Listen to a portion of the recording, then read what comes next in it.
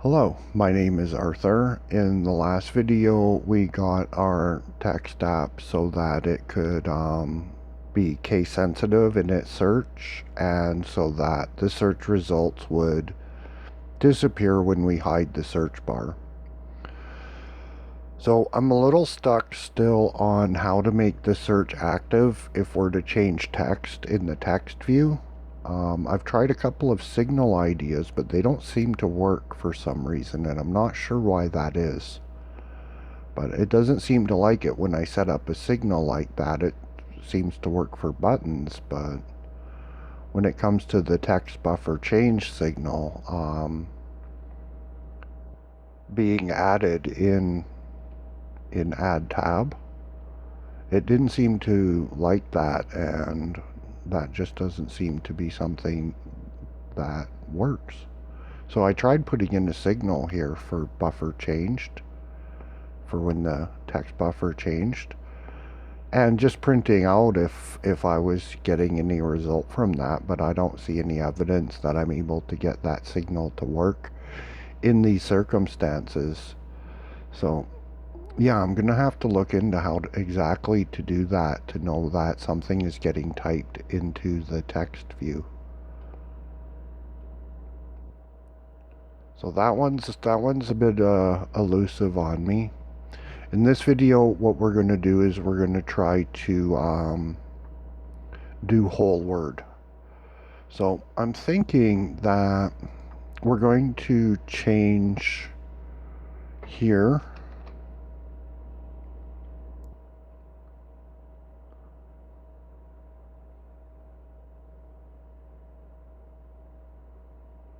a little bit.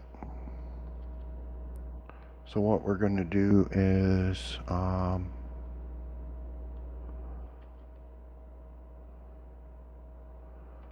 we're going to make the apply tag conditional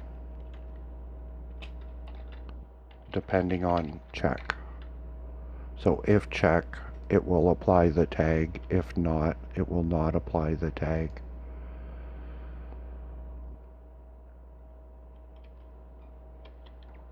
So here we're going to go if get whole word.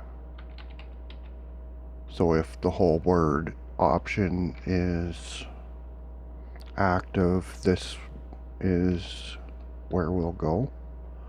Otherwise, it will fall through and check will still be positive or true.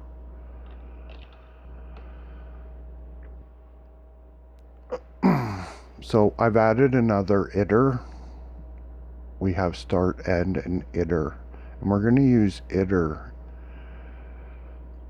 to check the values of characters that are beside our word.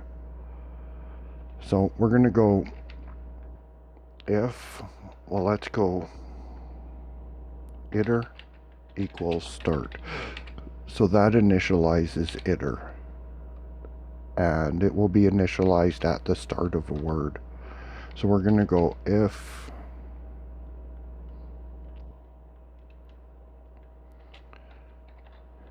iter, if GTK text iter, and this should be a not. If it's not,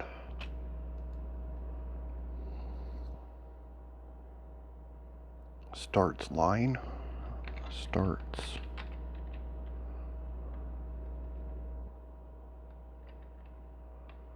or line start.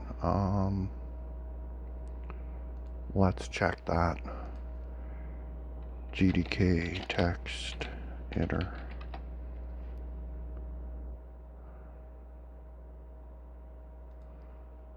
And yeah, we don't type that right, and the result for GTK is nowhere to be found. So ends line and starts line. So we're going to want to know if it starts the line.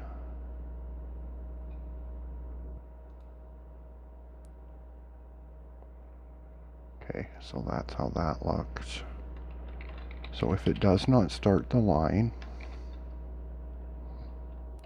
we will go, and what we're going to need here is we're going to need a char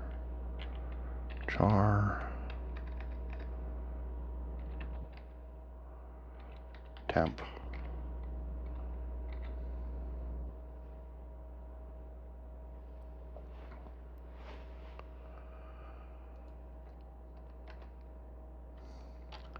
So if it doesn't start the line, we're going to go GTK text iter backward cursor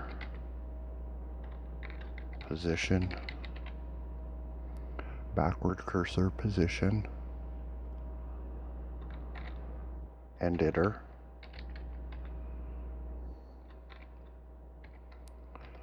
Then we'll go temp equals GTK text iter get char and iter.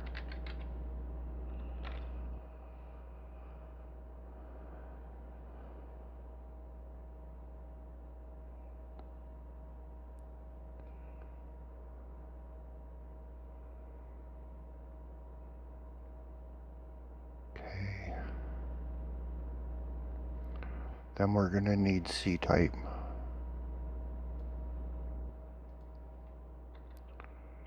Shift include C-type .h.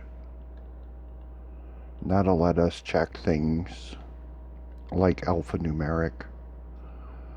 So we're going to want to know that the character next is not alphanumeric.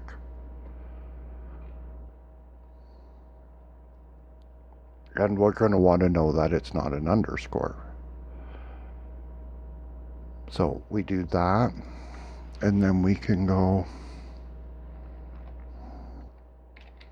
if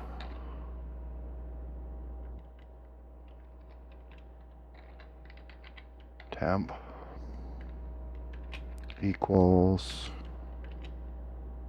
underscore or temp or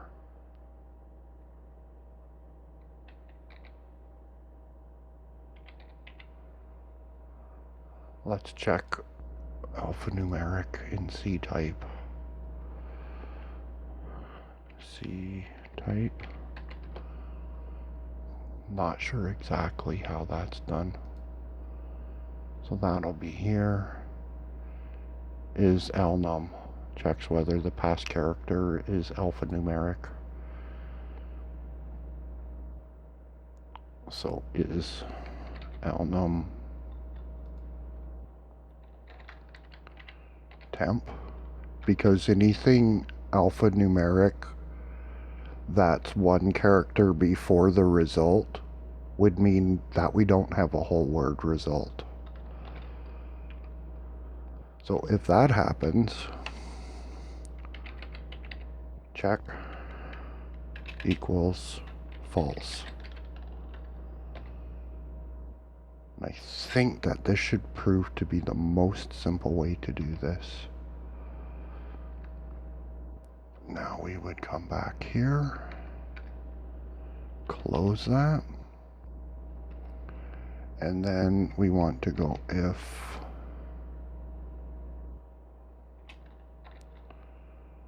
not GTK text iter ends line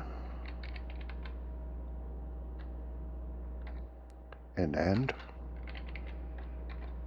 And to check the character that's in front of this iter, we don't have to move it. It's exactly where it needs to be.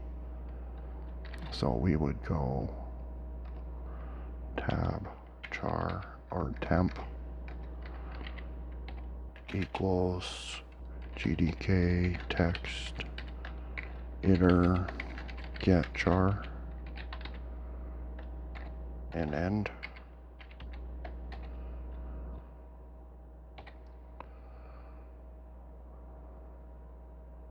So let's make sure I'm putting in the semicolons as I go here. Slim down on the excess.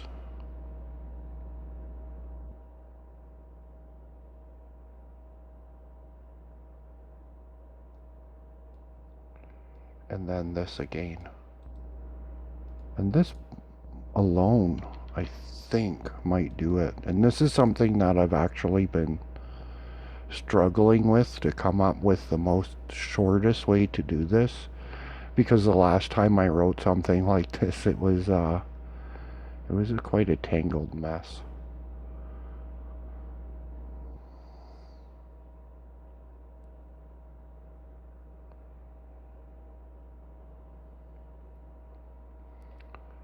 But I think that might just do it. And yeah, if that does that, that leaves us at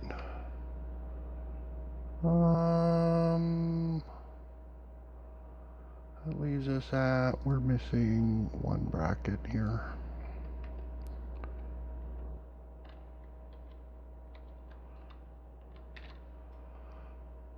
And that should get it. That'll leave us at trying to find that, how to determine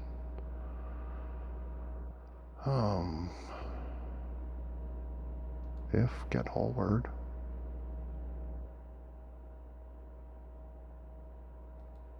That one's there.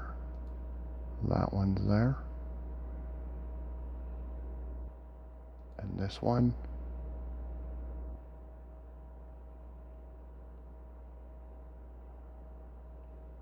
So that's whole word.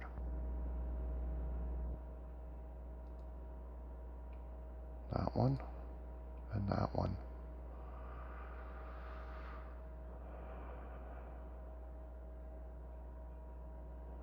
Oh, okay. So I'm missing some curly brackets here. Or some just normal brackets. So I'm missing that one. And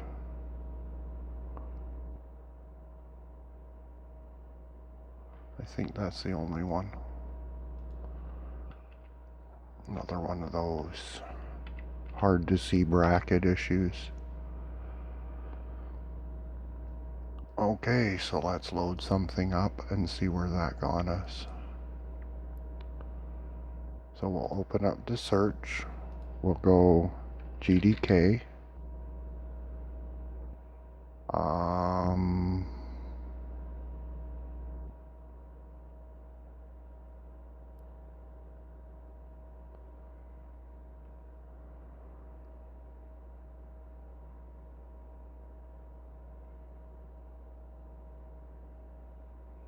That's almost like whole word is returning true. Okay, something's not working here.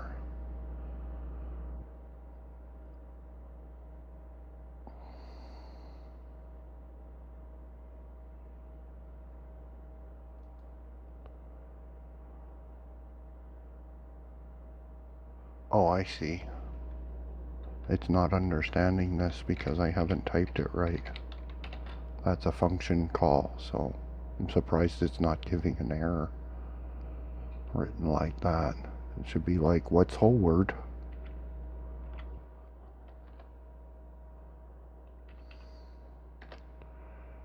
Okay, let's try that again.